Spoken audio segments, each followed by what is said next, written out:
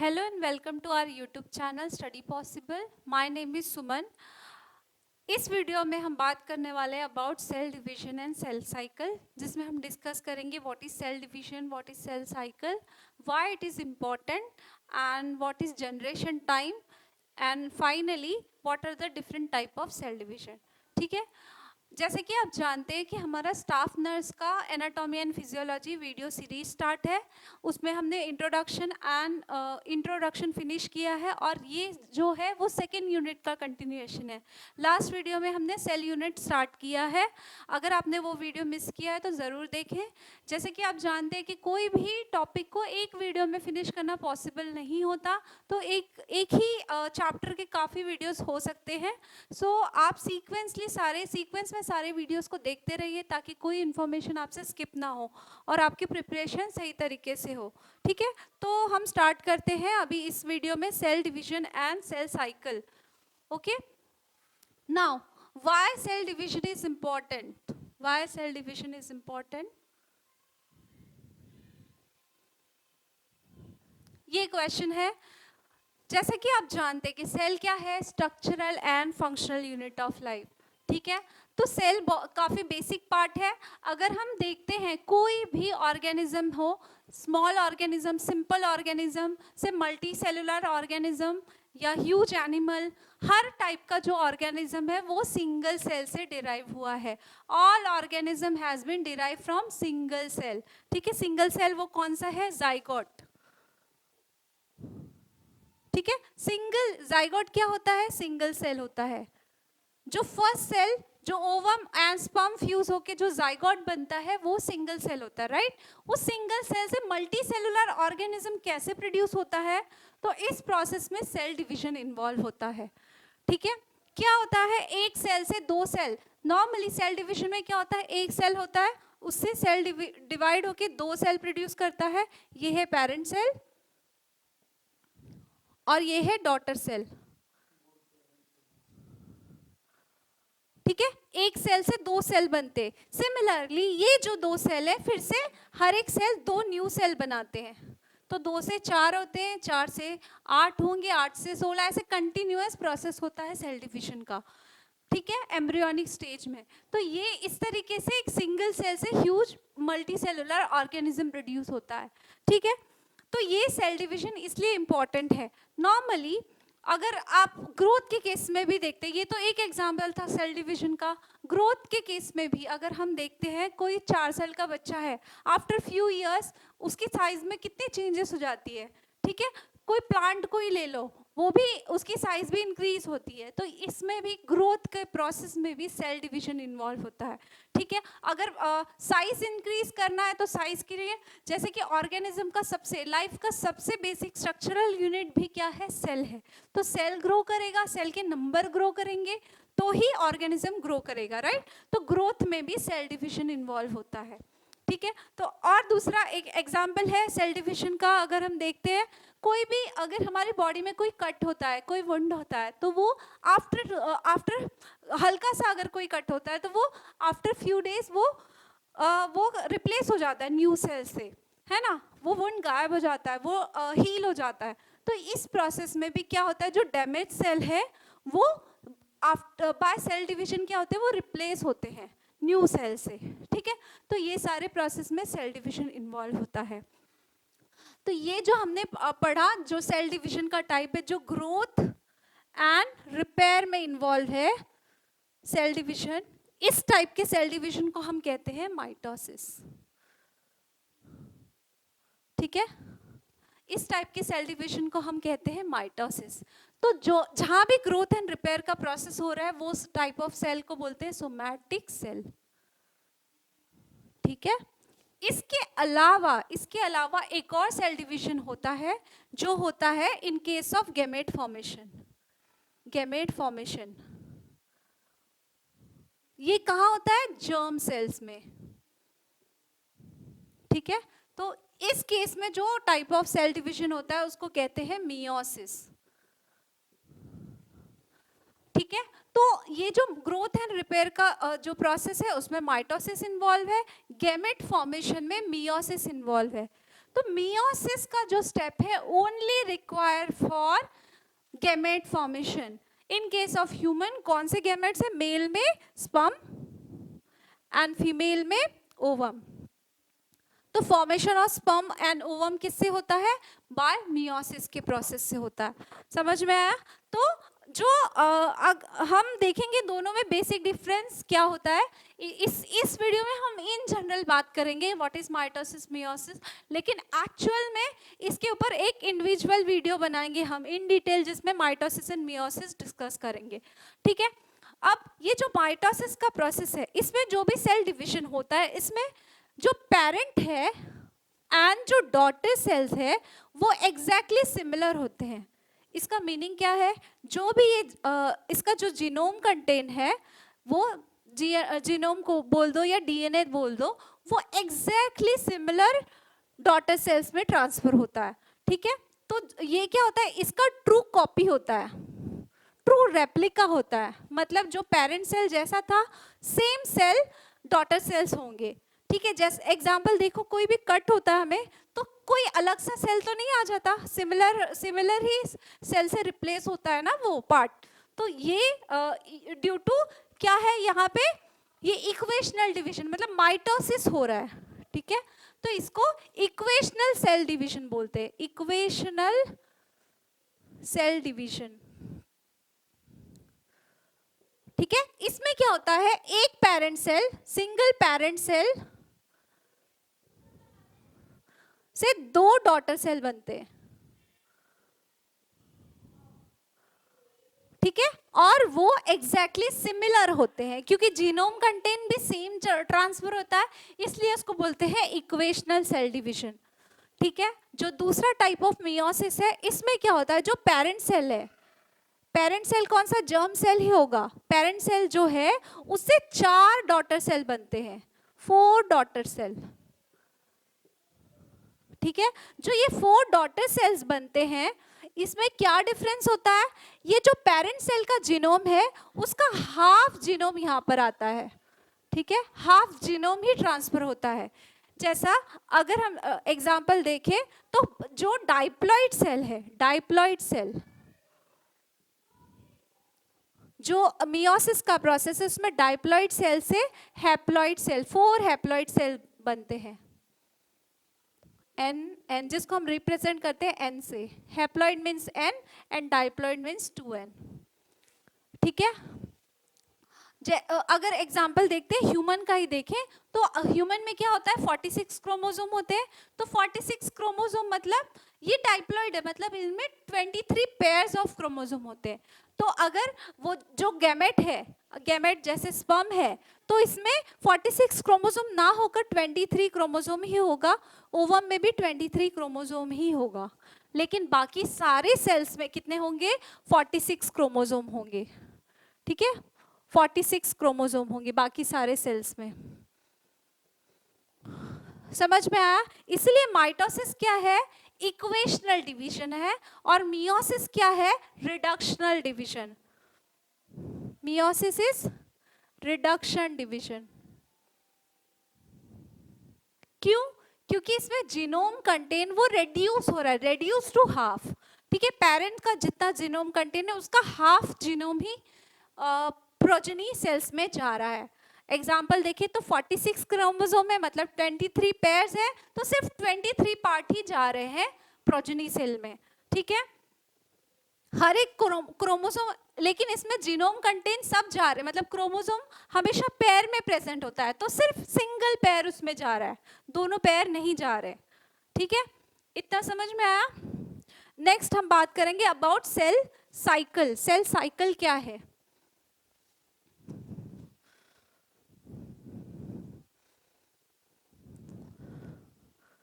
So mitosis का जो process है, जो नॉर्मल सेल डिवीजन है, वो ग्रोथ में इन्वॉल्व है, और जो मियोसिस है वो इन्वॉल्व है only for gamete formation, germ cells में। ठीक है।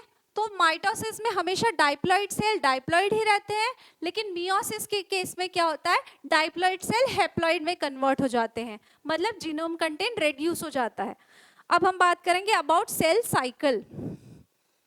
सेल साइकिल ये जो प्रोसेस हमने देखा सेल डिवीजन का, ये बहुत ही सीक्वेंस में, मतलब बहुत प्रॉपर मैनेजेबल मेथड से होता है। इसमें क्या क्या स्टेप इन्वॉल्व होता है? पहला तो अगर जीनोम का कंटेंट पेरेंट से प्रोजेनी में जाना है, तो पहले क्या होगा, जीनोम कंटेंट डबल होगा और उसके सारे कंपोनेंट जो कंस्टिट्यूएंट है सेल के, वो सारे डबल क्वांटिटी में होंगे, ताकि जो दो डॉटर सेल है उसमें इक्वली ट्रांसफर हो सके। ठीक है, तो सेल साइकिल क्यों बोलते हैं इसमें? क्योंकि ये सीक्वेंस ऑफ प्रोसेस है। पहला क्या होता है इसमें, जो जीनोम कंटेंट है, और you can write duplication of genome, duplication of genome first. दूसरा क्या होता है, duplication of other component।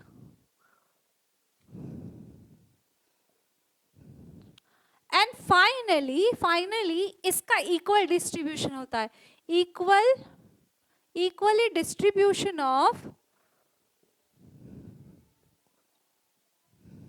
all genome and other component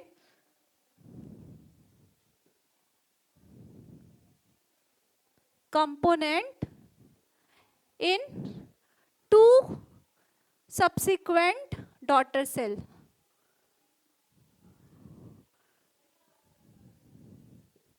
daughter cells. ठीक है, ये है सेल साइकिल। ये सारे सीक्वेंस प्रोसेस को सेल साइकिल बोलते हैं। ठीक है, तो जो सेल साइकिल होता है वो बहुत ही सिंपल नहीं है, इसको टाइम लगता है, राइट। तो ये सेल साइकिल में सीक्वेंस ऑफ इवेंट्स होते हैं जिसको सेल साइकिल कहते हैं, जिसमें क्या क्या इन्वॉल्व है, duplication of genome, duplication of other component and equal distribution of genome and other component into two subsequent daughter cells. ठीक है, तो ये सेल साइकिल कहलाता है। अब ये जो सेल साइकिल होता है, मान लो ये एक सेल है, एक सेल साइकिल में एक सेल से दो डॉटर सेल बनते हैं। ठीक है, एक सेल से टू डॉटर सेल बने तो एक सेल साइकिल खत्म हुआ। तो इस टाइम ड्यूरेशन को हम कहते हैं जनरेशन टाइम। जनरेशन टाइम मतलब ये पेरेंट सेल है, पेरेंट सेल से टू डॉटर सेल बने, ये दो डॉटर सेल है। ठीक है, ये जो दो डॉटर सेल बने तो एक सेल से दो सेल बना, एक सेल साइकिल खत्म हुआ। इस टाइम ड्यूरेशन को हम कहेंगे जनरेशन टाइम। ठीक है, अब ये जनरेशन टाइम पे क्वेश्चन आ सकते हैं एग्जाम में। ठीक है, अगर हम देखें जनरेशन टाइम, ये जो है एक टाइम, मान लो अगर जनरेशन टाइम 5 मिनट्स है किसी भी सेल का, तो अगर एक सेल से दो सेल 5 मिनट्स में बनते हैं तो नेक्स्ट 5 मिनट्स में क्या होगा, 2 से 4 सेल बनेंगे। ये बहुत एक्यूरेट है, जो जनरेशन टाइम है वो फिक्स है। अगर हम ह्यूमन सेल देखें तो ह्यूमन सेल में अप्रोक्सीमेटली 24 आवर्स है जनरेशन टाइम। ठीक है, ह्यूमन सेल का जनरेशन टाइम 24 आवर्स है।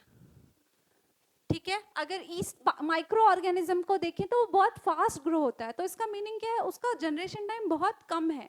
ठीक है, उसको एक सेल साइकिल खत्म करने को बहुत कम टाइम लगता है। समझ में आया ये बात?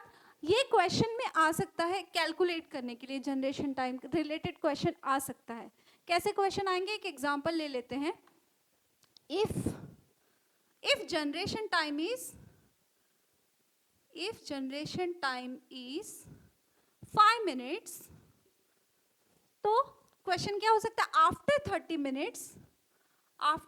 Minutes how many cells will be there.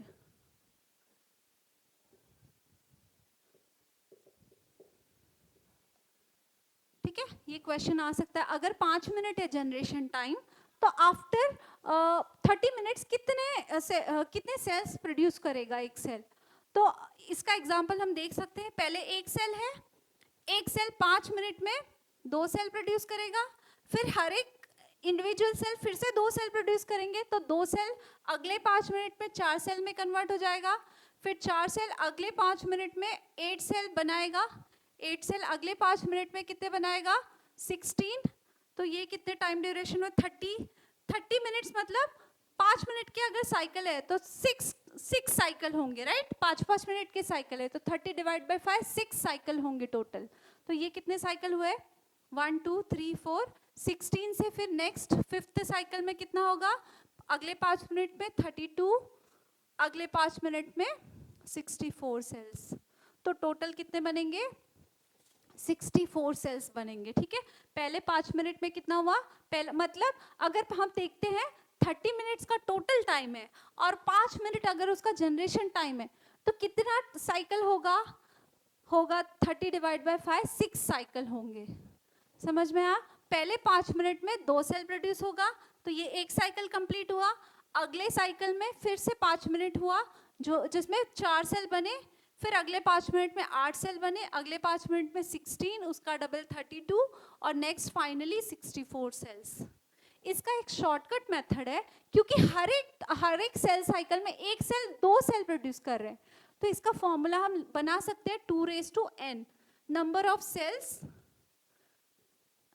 Equal to 2n, जिसमें n क्या होगा? n is number of cycle, number of cell cycle. Number of cell cycle कैसे निकालेंगे?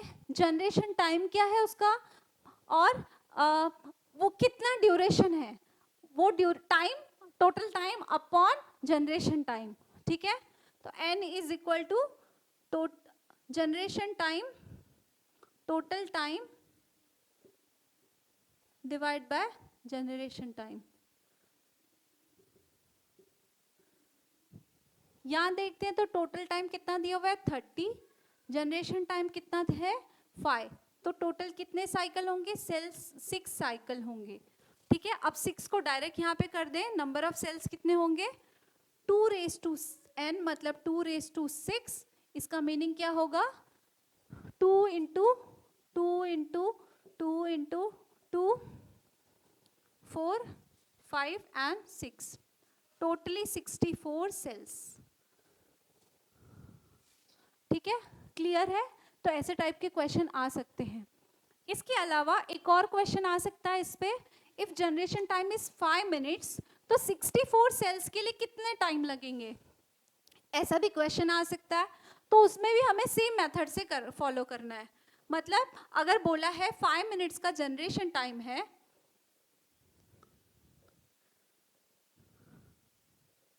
तो 64 सेल्स कितने टाइम में आएंगे? कितना टाइम लगेगा 64 सेल्स होने के लिए? तो इसको भी हमें सिंपल कैलकुलेट करना है।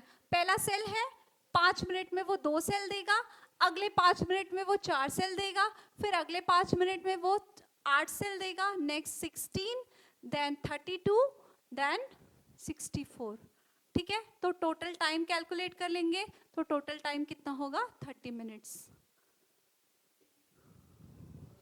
समझ में आया? तो ये सिंपल अगर याद रखें कि क्या जनरेशन टाइम होता है, एक साइकिल को कंप्लीट करने के लिए जितना टाइम लगता है, मतलब एक सेल से 2 सेल बनते हैं, तो वो उस टाइम को जनरेशन टाइम बोलते हैं, ठीक है? क्लियर है? इस पे क्वेश्चन आ सकता है। अगला, ये जो सेल साइकिल होता है, ये देख के तो हमने देखा कि सीक्वेंस ऑफ इवेंट है ना, जिसको हम सेल साइकिल बोलते हैं। इसमें 2 स्टेजेस होते हैं, एक होता है इंटरफेस और दूसरा होता है एम फेज, ठीक है? हाँ, जो इंटरफेस है इसको बोलते हैं प्रिपरेटिव फेज, और जो एम फेज होता है इसको बोलते हैं हम डिवीजन फेज, ठीक है? तो जो इंटरफेस है और एम फेज है, ये दोनों सेल साइकिल के स्टेजेस हैं, ठीक है? तो इंटरफेस वो होता है जो दो माइटोटिक सेल डिवीजन के बीच में होता है, या तो सेल खुद को प्रिपेयर कर रहा होता है फॉर सेल डिवीजन, या तो वो रेस्टिंग फेज में होता है, तो उसको हम कहते हैं इंटरफेस। और जो डिवीजन का फेज होता है उसको हम कहते हैं मेटाफेज। इसके बारे में इंडिविजुअल वीडियो हम बनाएंगे इन डिटेल, क्योंकि ये काफ़ी बड़ा टॉपिक है और इम्पॉर्टेंट भी है, तो इसको अभी एक्सप्लेन करना पॉसिबल नहीं, इन डिटेल हम इसके बारे में वीडियो बनाएंगे, ठीक है? सो आज के लिए इतना ही। YouTube channel study possible and press the bell icon, ताकि आपको सारे वीडियोस के नोटिफिकेशन टाइम पे मिलते रहें। ठीक है, लाइक शेयर एंड कमेंट करना ना भूलें, ताकि जो भी students staff nurse competitive exam के लिए प्रिपेयर कर रहे हैं उन सबको हमारे वीडियोस मिल सके और उनके प्रिपरेशन में हेल्प हो सके। Okay, thank you.